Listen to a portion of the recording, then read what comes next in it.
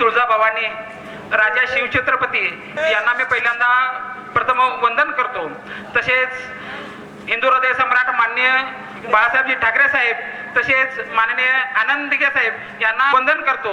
महाराष्ट्र राज्याचे आरोग्य मंत्री, कोल्हापूर जिल्ह्याचे पालकमंत्री, आमचे मार्गदर्शक, आमचे दैवताप्रमाणे माझ्या पाठीवर सदैव मोठ्या भावाप्रमाणे माझ्या पाठीशी हात ठेवणारे माननीय पालकमंत्री माननीय प्रकाशजी आंबेडकर साहेब यांचं या निमित्ताने मी खरोखर मनापासून कौतुक करतो। त्यांचं मनापासून मी प्रथमतः आभार मानतो।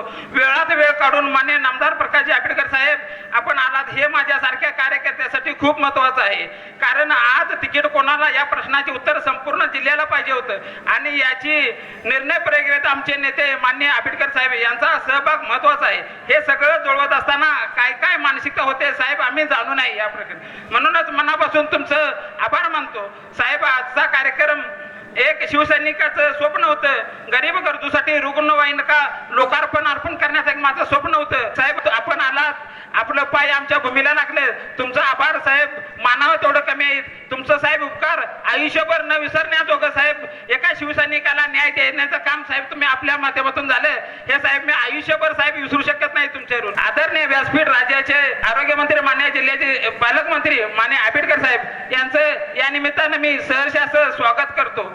तसेच उपस्थित मान्यवरांचं माननीय कृष्णाजी पवार साहेब यांचंही या निमित्तानं सहर्ष असं स्वागत करतो। तसेच सर्व मान्यवर व्यासपीठ यांचं सहर्ष असं स्वागत करतो। पहिल्यांदा आयुष्यात मी पहिल्यांदा स्टेजवर उभारलं, त्यामुळे चुकलं मागलं असलं क्षमा मागतो मी तुमची प्रथमतः। मी आयुष्यात पहिल्यांदा स्टेजवरती बोलत आहे, काय चुकलं तर एक बारका लहान भाऊ म्हणून समजून घ्यावं अशी मी तुम्हाला हात जोडून अशी विनंती करत आहे। आदरणीय आमचे दैवत मान्य एकनाथजी शिंदे साहेब यांनी दिलेल्या शिकवणीनुसार गेल्या अनेक वर्ष हा शिवसैनिक साहेबांच्या पायावर पाऊल ठेवून समाजसेवा करत आलाय। गेल्या अनेक वर्ष हा प्रवास सुरू आहे। अगदी शालेय वयापासून अनेक दिवसापासून आपल्या आसपास खास करून निगवे खालसा मतदारसंघात गरजू लोकांची वेळेत उपचाराविना अडचण होत असल्याचे मला जाणवले। यातूनच या रुग्णवाहिका घेण्याचा मी संकल्प केला आणि मला आनंद आहे की तो आज पूर्ण होतोय। माननीय महोदय, याच बरोबर या मतदारसंघात अनेक समस्या आहेत। मोठ्या गावात रस्त्यांची समस्या आहे, अनेक गावात कचऱ्याचा प्रश्न आहे आणि गावात रस्त्यांची समस्या आहे, समस्यांची मालिका आहे आणि यावर उपाय आहेत। मात्र गेल्या अनेक वर्षापासून निवडणुका होत नसल्यामुळे या समस्यांना सोडवण्यासाठी कोणीतरी पुढे आलं पाहिजे, या भावनेने या समस्याची जबाबदारी मी घ्यायची ठरवली आहे। साहेब तुमच्या साक्षीनं सर्वांच्या समोर सांगतो, येणाऱ्या निवडणुका संधी मिळाली तर या समस्या कायम ते सोडवल्याशिवाय शिवसैनिक शांत बसणार नाही, हा देखील मी तुम्हाला शब्द देतो। अनेक वर्षाचे काम पाहता मी ते करणार याची मला खात्री आहे आणि मतदारसंघातील माझ्या बंधू भगिनींना यांनाही समस्या तर सोडवायच्या आहेतच, पण त्यासाठी व्यवस्थेने आपल्याला जर स्वीकारलं तर या अधिकतेने आणि हक्कानं सोडवता येतील।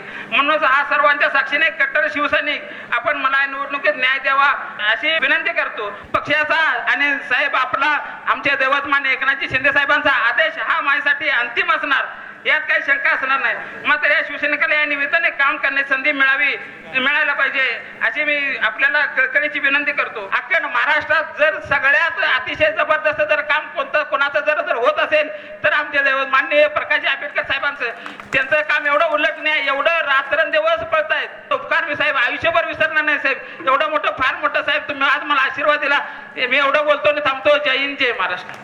अशाच नवनवीन अपडेट्ससाठी डिजिटल कोल्हापूर चॅनेलला सबस्क्राईब करायला विसरू नका।